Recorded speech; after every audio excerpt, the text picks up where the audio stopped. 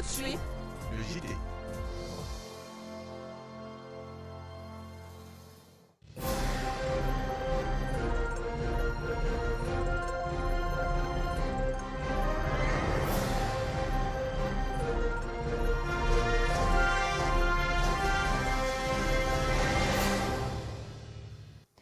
Toutes nos excuses pour ce léger retard, indépendamment de notre volonté. Bonjour et bienvenue à cette édition du journal. Mesdames et messieurs, merci de choisir Electron Group Média pour vous informer.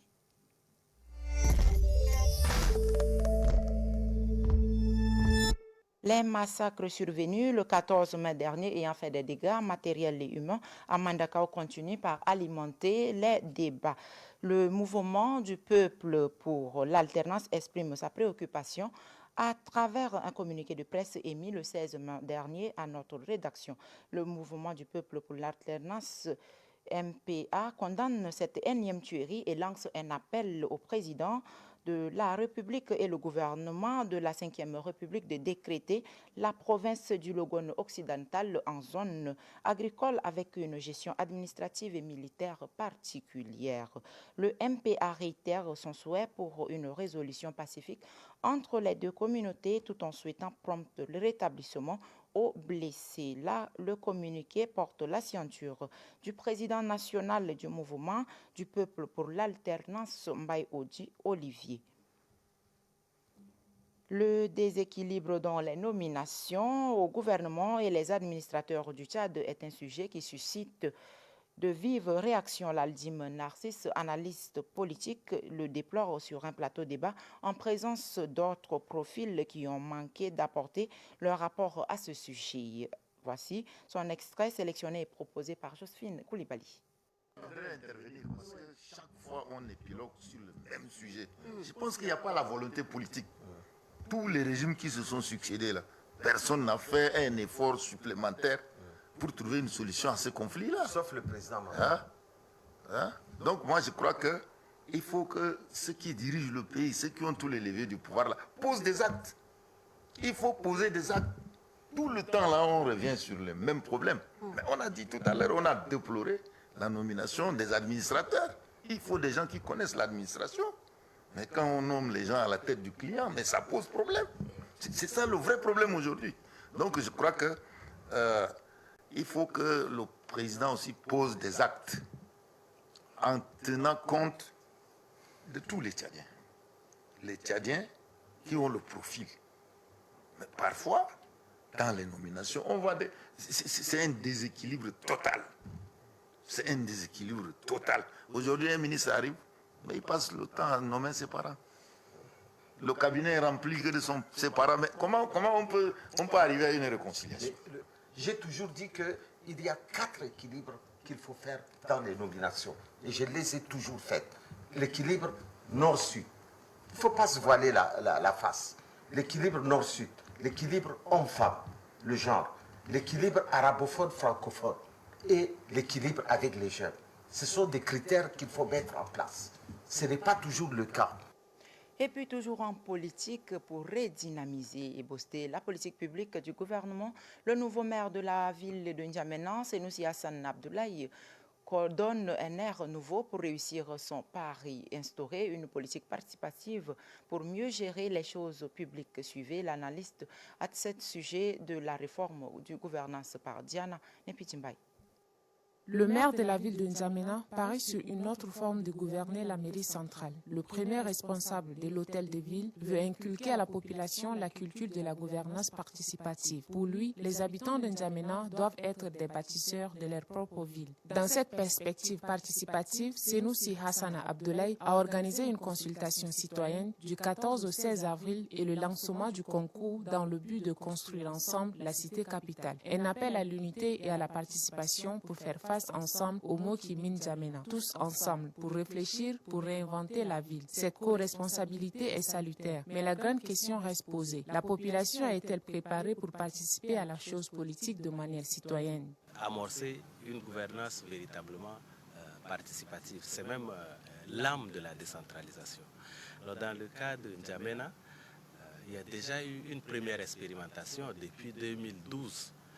Malheureusement, la première expérience qui a duré une dizaine d'années, n'a pas servi à poser les bases d'une gouvernance véritablement participative. Cela apparaît comme très hâtif parce que ni la population ni les acteurs ne sont préparés ou ne sont prêts à s'engager dans ce registre de gouvernance locale recommandé par la décentralisation. On a l'impression que ce sont plutôt des pistes définies pour une gouvernance à l'échelle nationale plutôt qu'à l'échelle de la commune, parce que ça ne s'enracine pas véritablement sur les réalités de la commune et ça ne s'appuie pas sur les vrais acteurs de la commune. Le maire Senoussi Hassan Abdoulaye insiste sur l'écoute. Écouter pour mieux servir. Faire de la politique autrement peut redresser la ville. Pour que cette politique dure dans le temps et atteindre l'objectif fixé, il faut un suivi et une volonté.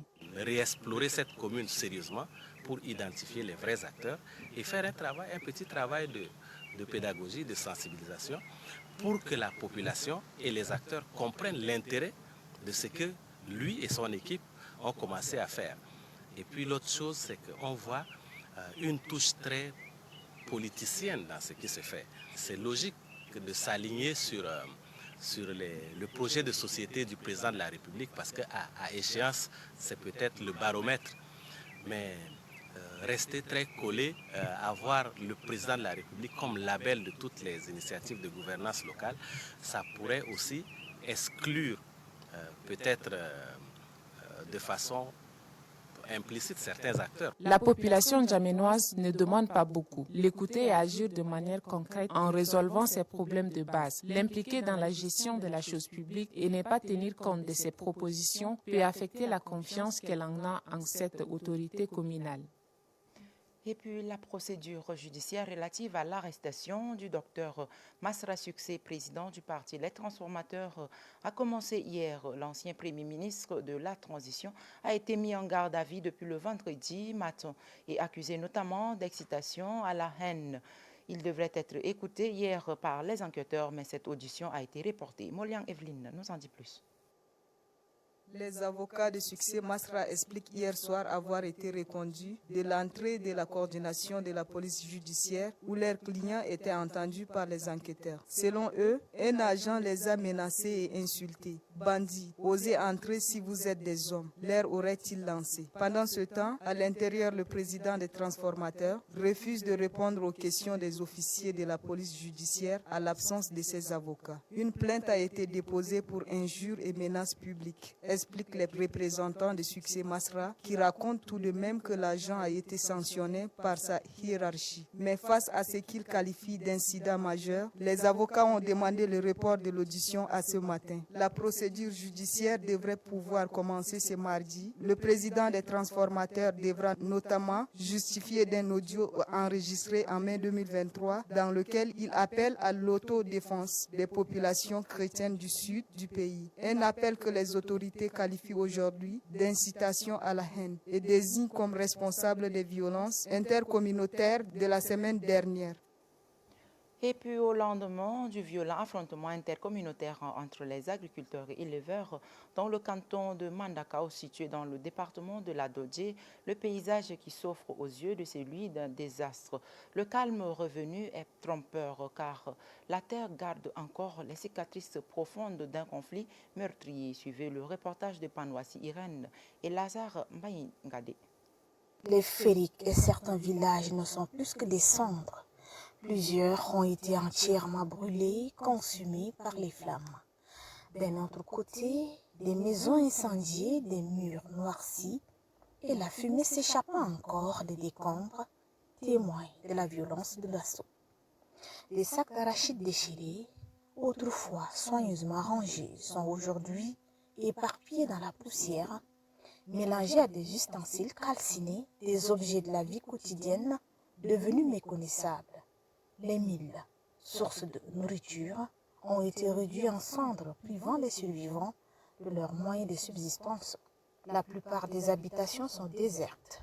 Le silence règne là où résonnaient entre-temps les voix des villageois, les cris des enfants, les chants des femmes et les sabots des troupeaux. Il ne reste que des chèvres errantes, des moutons solitaires sur cette terre vidée de ses âmes.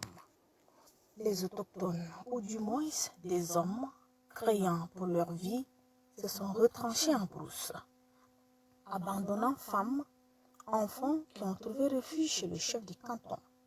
Celui-ci tente de leur offrir un semblant de sécurité. Ils sont environ 500, entassés sans nourriture suffisante, dans des conditions précaires. L'inquiétude se lit dans leur regard. L'espoir, lui, semble complètement suspendu. Du côté des allogènes, la situation n'est guère meilleure.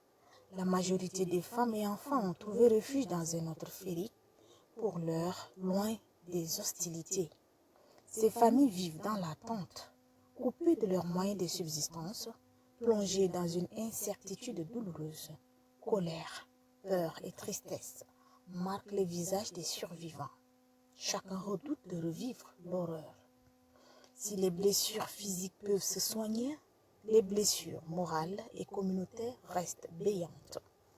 Les habitants des villages voisins fuient encore les lieux, créant une résurgence de la violence ou l'absence de protection. Sur place, des forces de sécurité ont été déployées, mais leur présence reste symbolique face à l'ampleur du traumatisme.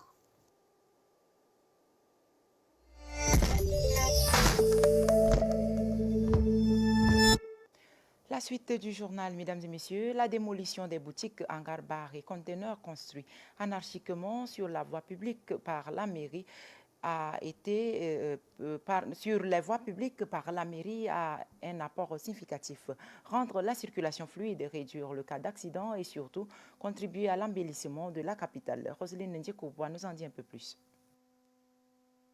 En libérant les emprises publiques, trottoirs, berges de rivières, places publiques, la ville peut mieux gérer, c'est-à-dire la collecte des déchets, le nettoyage régulier, et cela peut contribuer à la réduction des maladies liées à l'insalubrité, notamment le paludisme, choléra et tussure. Les installations anarchiques telles que les marchés spontanés, garages, habitations précaires génèrent souvent des déchets non traités, des eaux usées non canalisées et des fumées toxiques. Cette opération va permettre une meilleure régulation environnementale, car cela contribue à l'aménagement d'espaces verts, des jardins publics et ce qui contribue également à la réduction des îlots de chaleur et à l'amélioration de la qualité de l'air. En évacuant les constructions illégales dans les zones inondables ou sur les canaux de drainage, ceci réduit les risques d'inondation pendant la saison de pluie. Le déguerpissement, s'il est accompagné d'un plan d'aménagement urbain cohérent, peut encourager une meilleure planification des infrastructures, routes, égouts, éclairage. Sur le plan environnemental, le déguerpissement ou la démolition de certaines zones de la ville d'Injamena peut poser les bases d'une ville plus propre, plus verte et plus résiliente à condition qu'il soit suivi des politiques inclusives, durables et respectueuses des droits des populations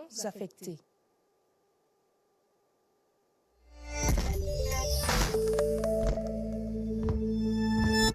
Et puis la poterie, l'un des plus anciens savoirs de nos ancêtres pratiqués depuis des décennies, est en phase de disparition. Façonner l'argile pour en créer les objets comme les ustensiles ou les objets de décoration ne s'intéresse pas aux jeunes de nos jours. Yaki Lydia nous en parle.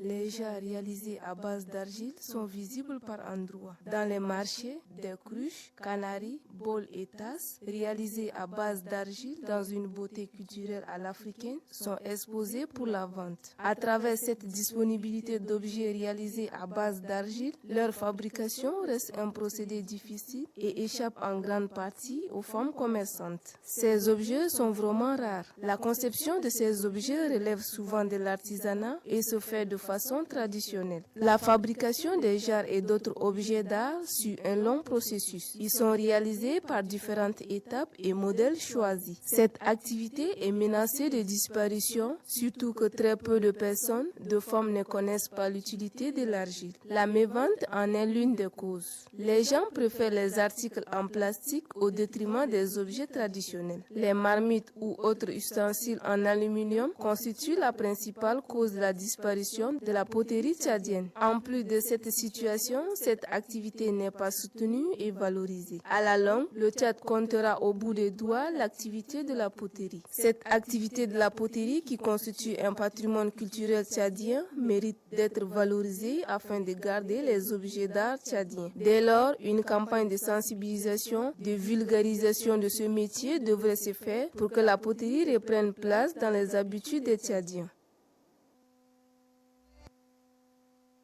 De nos frontières au Cameroun, le gouvernement a choisi aujourd'hui le 20 mai comme la date de la fête nationale. Cette date, selon le gouvernement, est de commémorer l'abolition par le président Amadou Ahidjo du système fédéral de gouvernement en faveur d'un État unitaire en 1972.